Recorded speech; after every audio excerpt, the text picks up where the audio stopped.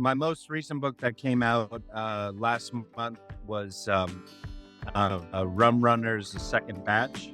The first Rum Runners and Moonshiners of Old Florida focused mainly on North Florida, the Panhandle, and Central Florida. This second batch focuses mainly on South Florida during the time period of Prohibition and speakeasies. Hello and welcome to Along the Way Life's Journey. I'm your host, Carl Buccellato. Every week I start off this show and I tell you pretty much the same thing. I'm a man who's been blessed to be able to travel all over the world and meet fabulous people.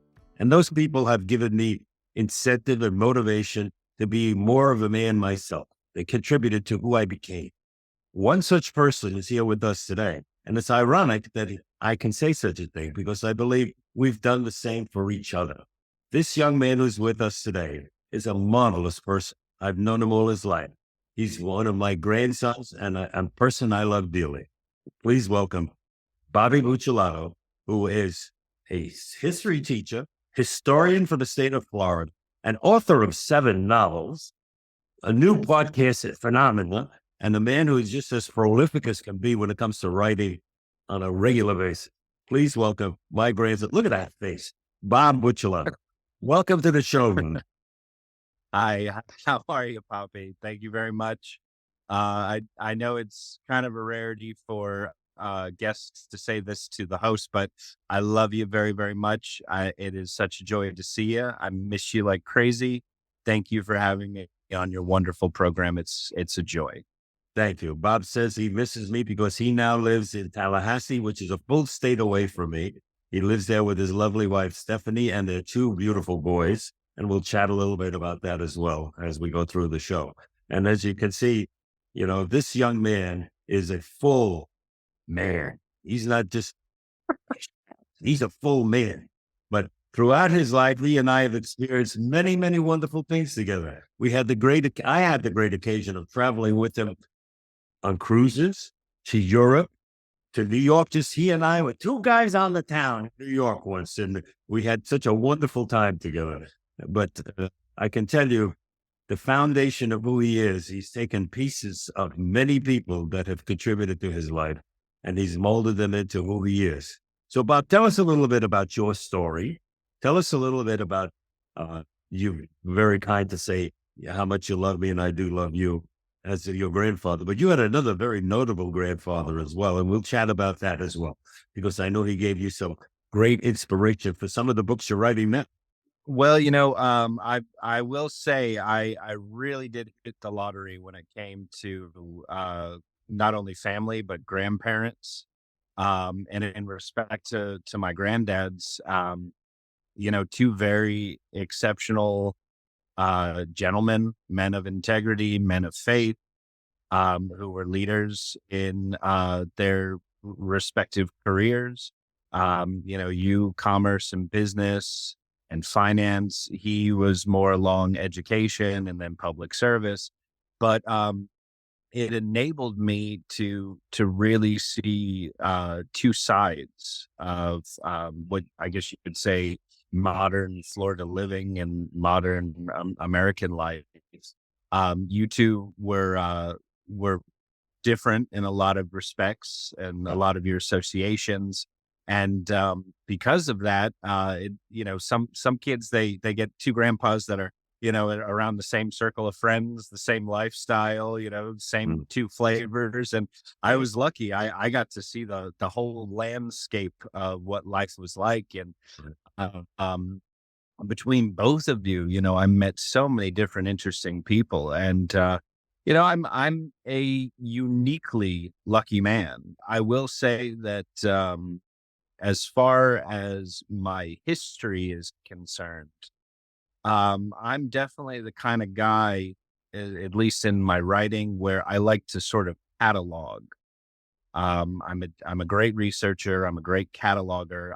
I like to find out answers and discover things and ask questions. And I don't know if you've talked about this on the show before, but you for a very long time were very prolific running our family website. Yes. Where you track everybody down family history. and you did a lot of research. And so, again, I've been very, very fortunate. And plus I have a fearlessly curious father, which helps a lot too. Oh, There's yeah. son. You So, know, it's amazing. Your dad, I'll just tell people for a moment there. His father was one of the youngest, what's called Gold Shield detectives in the Broward Sheriff's Department. And he was the youngest because he had an amazing inquisitiveness about him. He was a great investigator. He was a great interviewer. And he was he is, I shouldn't say was, he is quite a guy. He's an amazing man. He retired from the sheriff's department and now he's a nurse, and he's a whole soft and gentle side of him that people, people who were watching television in the late 1980s in South Florida, and they saw a new television show called Cops that was on TV. And it broadcast the life of a legitimate police officer in the street. And one of the police officers in the street was a guy they called Blondie, had blonde hair and a black mustache. And he was not ashamed to throw people through doors and over roofs. And that was your dad and my son. Now he's a nurse. The life changes us. But before the program, we started recording, we did a little bit, like, I'm sure you do with every guest, where we sort of sit down and kind of go through things and talk about it. And you had mentioned something, that, I've written these books, and then a few years ago, I sort of deviated and I wrote the book that people actually read, which is Drum Runners and Moonshiners. And you were like, and you said, that's such a different departure from what you Right. normally do. And so I wanted to tell you this funny story because I've been writing now probably my whole life, and I've been published now for almost 10 years. And I don't really think I actually became an actual writer until Rum Runners. And that was because before Rum Runners, I was writing books that I would want to read. And since Rum Runners, I've been writing stuff that I would want people to read.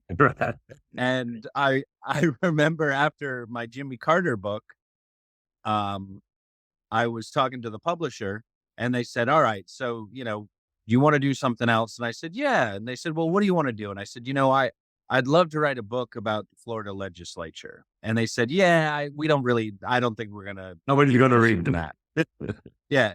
And I said, well, what I would really love to do is write a full length book on Jimmy Carter in the 1976 election. And there was a pause on the other end of the phone, and you'd hear my editor just kind of go, and they said, Bobby, let me ask you something. Would you be interested in maybe writing a book that people would want to read? and they were joking, but in that instance, I realized, okay, that kind of explains it. So for the past 5 years, I kind of, because, a lot of people feel that writing is a very isolated experience. And one of the reasons why I like your podcast so much is because you endeavor, which I think a lot of successful authors do, to open up the process and the communication with people. And so for the past few years, I have opened myself up more, and I've been in a process where I've been trying to establish communication with readers. And what I've discovered is that, especially in Florida, everybody seems to like criminality. And so that has, and as you know, you're from New York. Right. But that criminality comes pretty easy. I Easy guess to sell. the point. Yeah. But I guess the point to my statement is that we're all in a process of evolution and Right. of rediscovery and changing. Right. And, um, even though I've written a few books now and I've been doing this for a while, I don't think you ever get to a point where you stop learning, where you say, oh, okay, well, this is the model. This is, everything's in place. I'm just going to keep doing what I'm doing. Yeah. And if you look at anybody who creates anything, there's never, there's no filmmaker that's just making the same movie over and over and over again. No, you can't do that. There's no, of course. Okay, so we also should mention that, as I implied earlier in the show, you're a husband. Your lovely wife Stephanie and you have been married for quite some time now. You have two beautiful boys. Some of them, one or two of them, give you a little bit of a hassle every once in a while. They're kind of robust, but they are wonderful, intelligent boys, and that's a tribute to the two of you. I know that you have difficulties with altruism and all those other kinds of things that have to be battled, but you're doing what you have to do for them. And that's something that a lot of people fail to do in this time and age. They look to themselves and their own personal needs rather than the needs of their children. And I'd like you to chat a little bit about that, if you would. Sure. So, when it kind of comes down to it,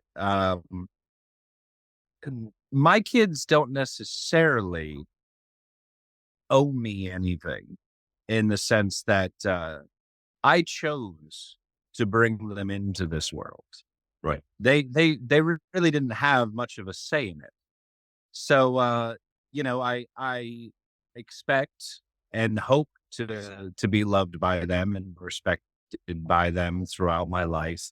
Right. But the simple fact is that it is my honor and my you wouldn't say obligation, but responsibility certainly to do everything that you can to prepare them for the time, at least in my case with my eldest son, to where rapidly they're going to get to an age where they stop listening to you. Right. They always do. Absolutely. And the simple fact is that you have such a small window of time. And I think a lot of parents, specifically in this day and age, for a lot of the kids that were born around the time my kids were, there were about 2.5 years there where they were shut in due to the pandemic and life was upside down. And it was a very difficult process. And behaviorally, the kids have had to reacclimate themselves to what we've always known as normal, but they really didn't have a lot of, I guess you'd say, memory or cognitive knowledge that this was normal because they were so young when it They didn't have happened. enough practical time in it. Yeah. We're very So, young. so I think a lot of people sometimes struggle with reacclimating them even now to this situation. Plus, you have a situation where the overall gap between when I was a kid and when you were a kid to them now, when they have so much information and so many different apps and gadgets at their exposure. I mean, I didn't have a home computer until I was about 11 years old. And most of them now have iPhones and iWatches. And so there's a lot more competition with the parents Right. for information. So, in those situations, I think if you're a parent, you really, you have an obligation to be as, industrious, as creative, as open, and as communicative. You need to talk to them as as you can be, Yeah. just based on the fact that perhaps this generation more than any other, you're raising these kids on shifting sand. There's so many different aspects that I don't think anybody has really had to grapple with. Because if you look at my older siblings and even your younger children and my generation, they were different, but there was a gradual shift. That's right. This is in light years Right. from And not only with the pandemic and how it impacts and affects young children who are left in homes for years at a time, but I think the the sociological changes that have occurred over the last 5 years and are clearly continuing on a rapid pace to change America as we see it today. Different values, different perspectives, different divisions in the community and in not only in politics but in people. There seems to be this urgency to change everything and throw half of it away, as though it didn't exist or that had no value. And everything has value, and to throw it away and discard it rather than incorporate it into a new America and a new future, to me, is terribly wasteful. But that's what's happening all around us. So your children have the impact of the pandemic. You as an adult have the impact of the changing society. I, as a senior adult who says, I got this much left to live, I want to hold on to some of that and make sure you get an advantage of it and your sons get an advantage of it.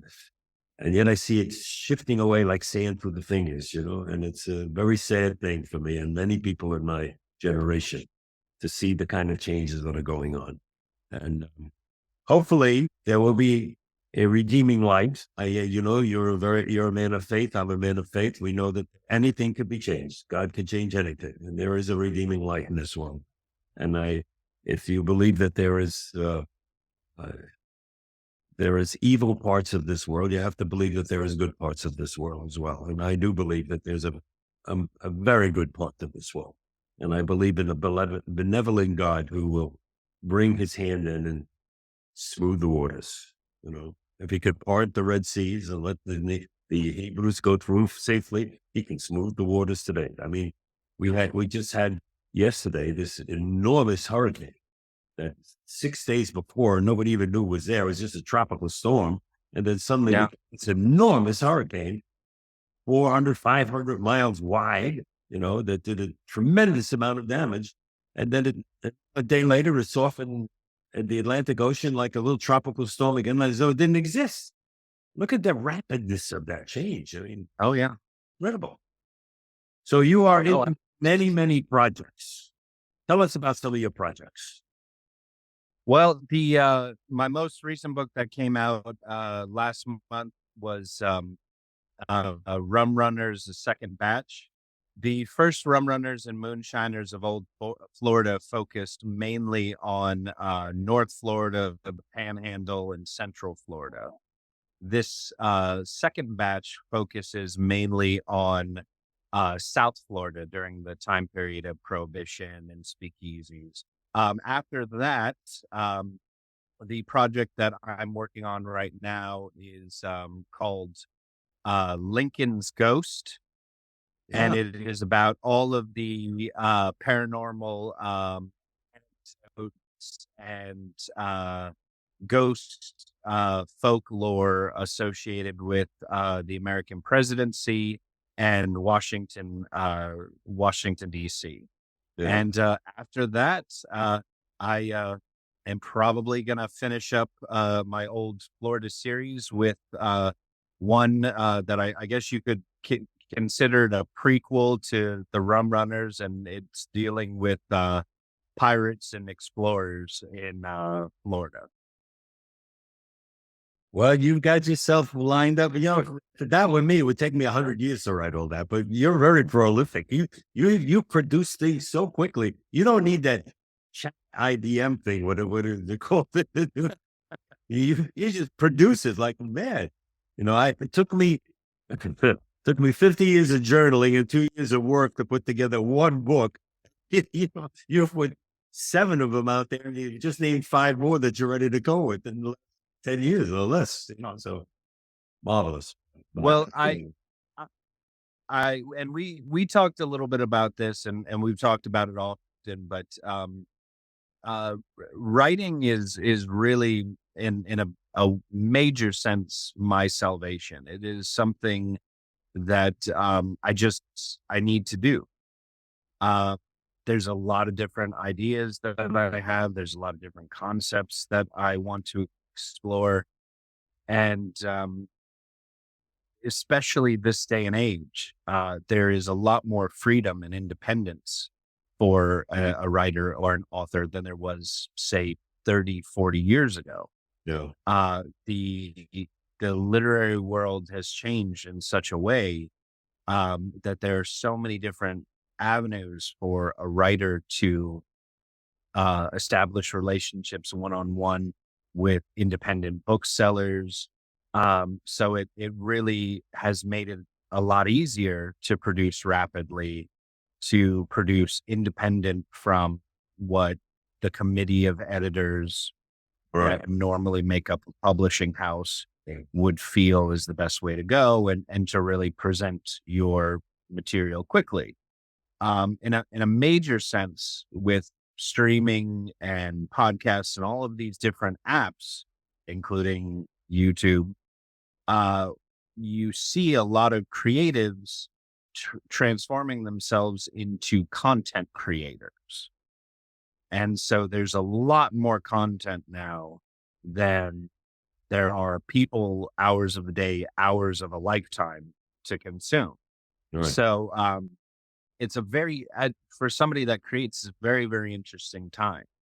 But I have had people, they've said to me, more than a few times, you're very prolific. How do you write so much? And I can tell you that, there was a period there from 2016 to 2019 where, I lost my other grandfather, my other grandmother, and then my mother very rapidly.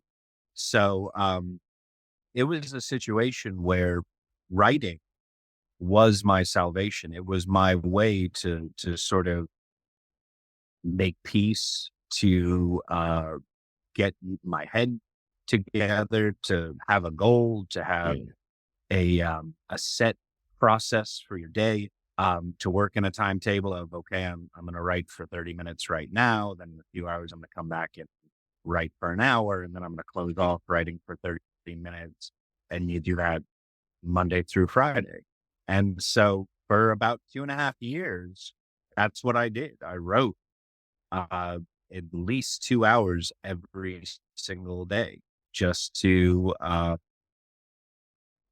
find a way to kind of breathe and pull through and get my mind to focus on, writing books about rum runners and gathering It was a information catharsis for about you. presidential ghosts. Yeah, It was exactly. a catharsis. It helped you to purge yourself of emotions and feelings that while you were mourning them, and it was right to mourn them, it's a time to move on in life. And so you need to get them up. Absolutely.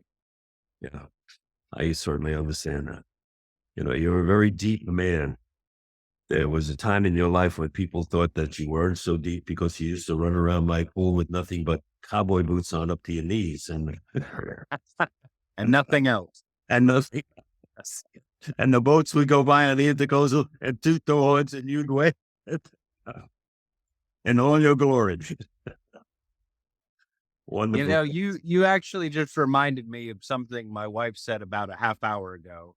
She said, "Bobby, stop running around here with nothing but cowboy boots on. Put some pants and shirt on because you're going to be talking to your grandfather." No. Well, those are wonderful memories, and I shall always remember them. They were great, great times. There was a movie out called Moonstruck, and in that movie, Moonstruck, Cher and what's his name? Nick Cage. Nick Cage were the Nick Cage. local people in it, and Nick Cage had an accident and he lost his hand in the bakery, cut his hand off. And there was a famous scene in there. And I remember taking you once with me to pick up a car that I bought. And the dealer said, "Oh, we'll be ready at 5:00." I said, "Okay." So we were at home and I said, "Come on, come with me. Papa's going to go pick up his new car." And you came in the car and the dealership with me. And you're a little bitty guy. And this dealer walked over with a big smile on his face, and he figured he had to be platitudes and be nice to the little kid to satisfy the grandfather, And he said, "Hello, young man, who are you?" And he reached out his hand, and you looked up and you said, "Your light's gone down the toilet. I lost my hand. I lost my whole hand," which was a direct line from the movie. The man's face turned white, completely white. I don't know how to deal with it. Okay. Absolutely. So what new projects are you working on? You talked about your recent book that's out now, and you talked about the Lincoln stories, the ghosts there. And I know there's this Lincoln series that is attached to Amazon. Are you going to be producing it at Amazon? Tell us about it. Yeah, so it's what's called a Kindle Villa. It's a new series platform that they have where essentially you produce um uh, anywhere between 1,000 to 10,000 words every week, and you release it through Kindle Villa. And so that's what I've been doing for about a month now, and it'll probably be in a book form, all of the Kindle Villas, it probably by November, December. That's And wonderful. So you could do it as a book form, or you can do after, a series of short stories or a continuing series and so forth. yeah, you can do both, whatever works for, the individual. That's great. Absolutely. I have a few stories that I have begun that are kind of ended up being short stories rather than a full novel. So, I might have some application. Now I promised the publisher of Florida Squeeze, which is a digital magazines, Florida history, Florida politics, Florida culture, that I would do a third Rum Runners series. So that'll probably take about a year or so. The main project that I've been working on and I've been taking my sweet time on for the past 5 years now, almost 4 or 5 years, is a book called American Dad. And what it is about is there was a U.S. President, Warren G. Harding, and he I died in office in the 1920s. And a woman came out with a book in, I believe it was about 1926, called The President's Daughter, where she claimed that she was Warren G. Harding's lover and that they had produced a child together. Now, by this time, Warren G. Harding's administration, he had passed away. His wife died about 8 months after him of kidney disease.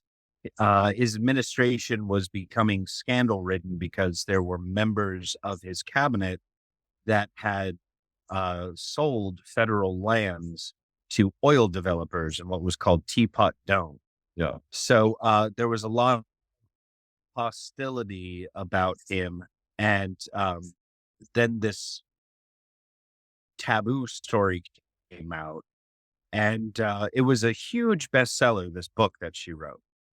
It was one of two books where the federal government actually seized the plates for the book. And she had to go to court to get them back.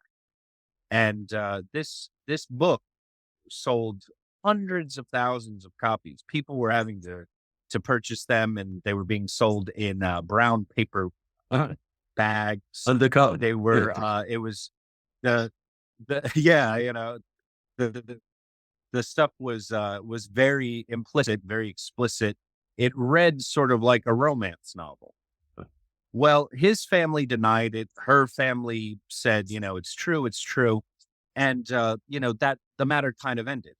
Well, in the 1960s, his papers were finally going to be released to the public. It was for the centenary of his birth. And a historian was coming into town to Marion, Ohio, where it takes place. And he finds out that there's a woman who's a ward of the state. And her attorney finds these love letters in her attic. And the love letters were from Warren G. Harding. Oh. And the letters were genuine. He was indeed Warren G. Harding. She was Warren G. Harding's mistress. And for the longest time, people were mocking the mother who wrote The President's Daughter, because she said that she would receive love letters from him, and that they would be on U.S. Senate stationery because he was in the U.S. Senate. And she said they would go on sometimes 20, 30, 40 pages. And people mocked her and said, oh, no way, no way.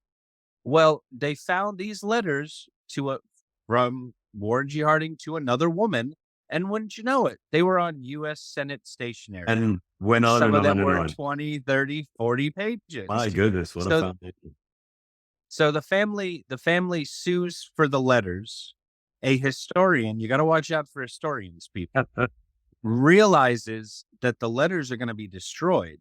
So he secretly smuggles them and gets what's called microfiche, yes. scanned copies of them, and seals them in an archive. So there's a huge lawsuit. It holds up the whole entire centenary, all this stuff. And so the book is in part about all of that stuff. I was very fortunate because I was able to interview all of his Warren G. Harding's living relatives, but I was the first historian who was granted access to talk to the family of the president's daughter. Oh, yeah. Because in 2015, a relative of Warren G. Harding says, I'm going to read the president's daughter. And he reads the president's daughter, and a book comes out about the love letters from that other woman. And he starts reading that book, and he says, these two books, they're describing the same guy. And so the relative of Warren G. Harding, of his own accord, hunts down and contacts the grandson of the woman who wrote the president's daughter, the children of the daughter. Yeah. And they say, you know what? Let's get a blood test. DNA. Yeah. And they get a blood test, and wouldn't you know it, it's a girl. Warren G. Harding was the father. So that's the foundation of your new book. The book is that is in its entirety. That is the book. That whole entire interesting, unusual, and what I think potentially one of the most unusual episodes in the modern American family. You have these two families that have been circling each other for generations. Right. And now they know the truth. And they're trying as hard as they can to bury the hatchet and come together. And I'll rewrite the Hatfield and McCoy. Yeah. I'll leave you with one odd anecdote, and that is I was talking to the grandson of Warren G. Harding, and he is very protective of his grandmother and her claim to being a presidential daughter. Right. And I said to him that I was talking to a member of the Warren Harding family, and they said to me, don't believe the DNA lock, stock, and barrel. We still don't know how accurate it is. In other words, they're not still willing to make amends. Because they're they're prideful people. They're embarrassed. Yeah. So that's one branch of the family that isn't in favor of this. There's other Warren Harding branches that are, and everything's good. But I tell the grandson this, and apparently because of what I said, he went to the Ohio court and tried to get Warren Harding dug up. Bob, I didn't know you had such power. Did you stand there and say, Lazarus lives? I mean, what? That's quite something. But So how did you get privileged enough to have access to all of this and contact to these people? How did that happen? I mean, first of all, family is not exactly mainstream in Washington these days. I haven't even come to them.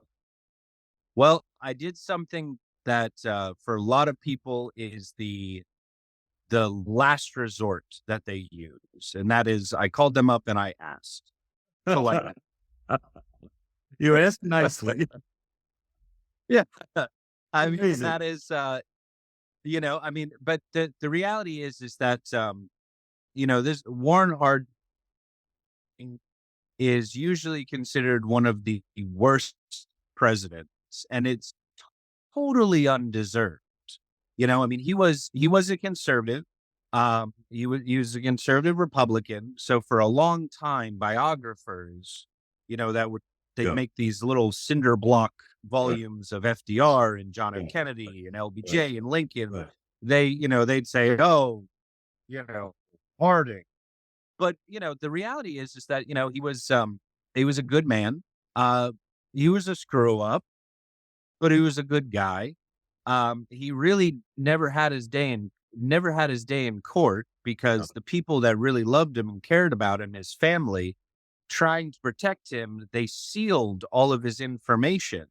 And in doing so, it created a vacuum to where his enemies could And destroy him. left suspicion And that so, what conspiracy yeah. were up. Yeah. Right. And then you have these other people who, you know, they never wanted money. They never wanted, his property. All they wanted was a name.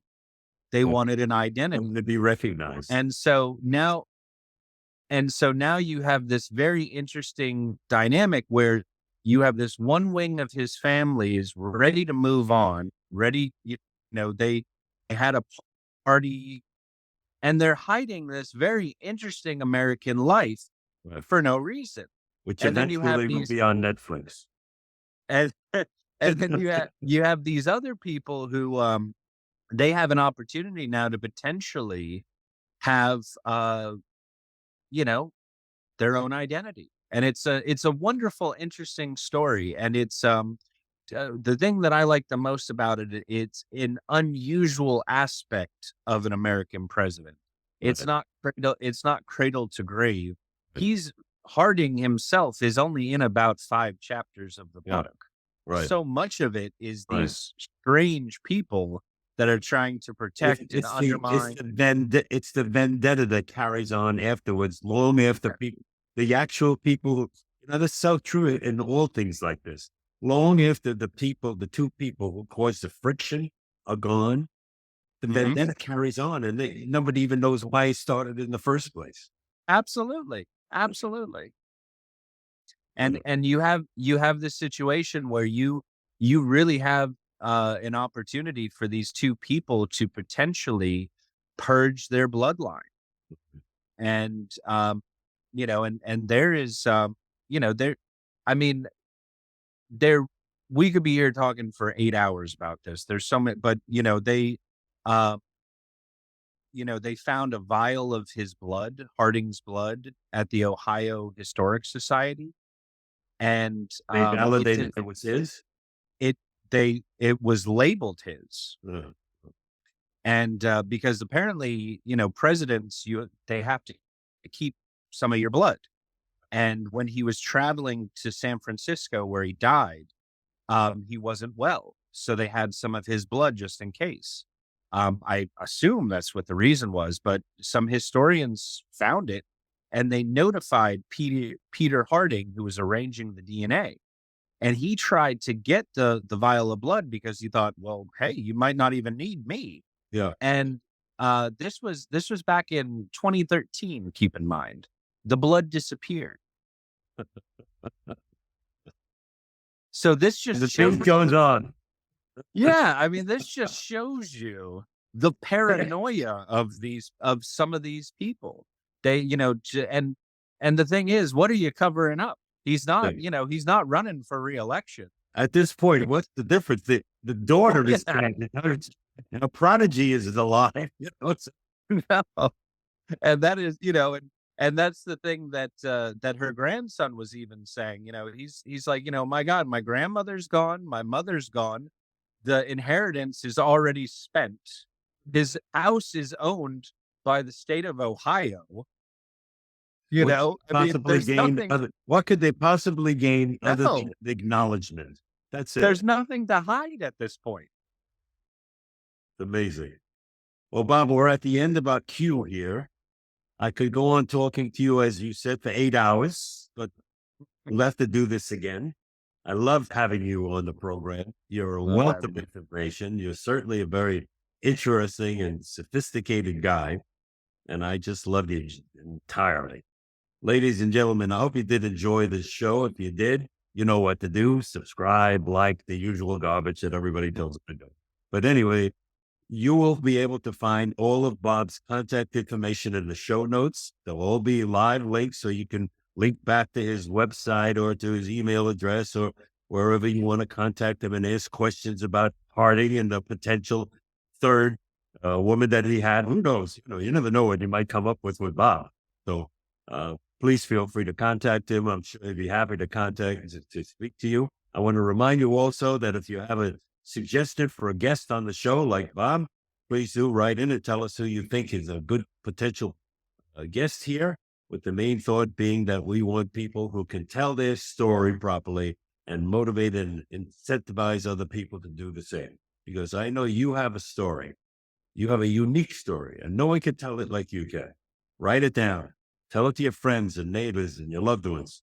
Because if you don't, when it's too late, it's just too late, and all that wisdom is gone. Make sure you share it while you're still able to. And I want to tell you something that I tell you every week.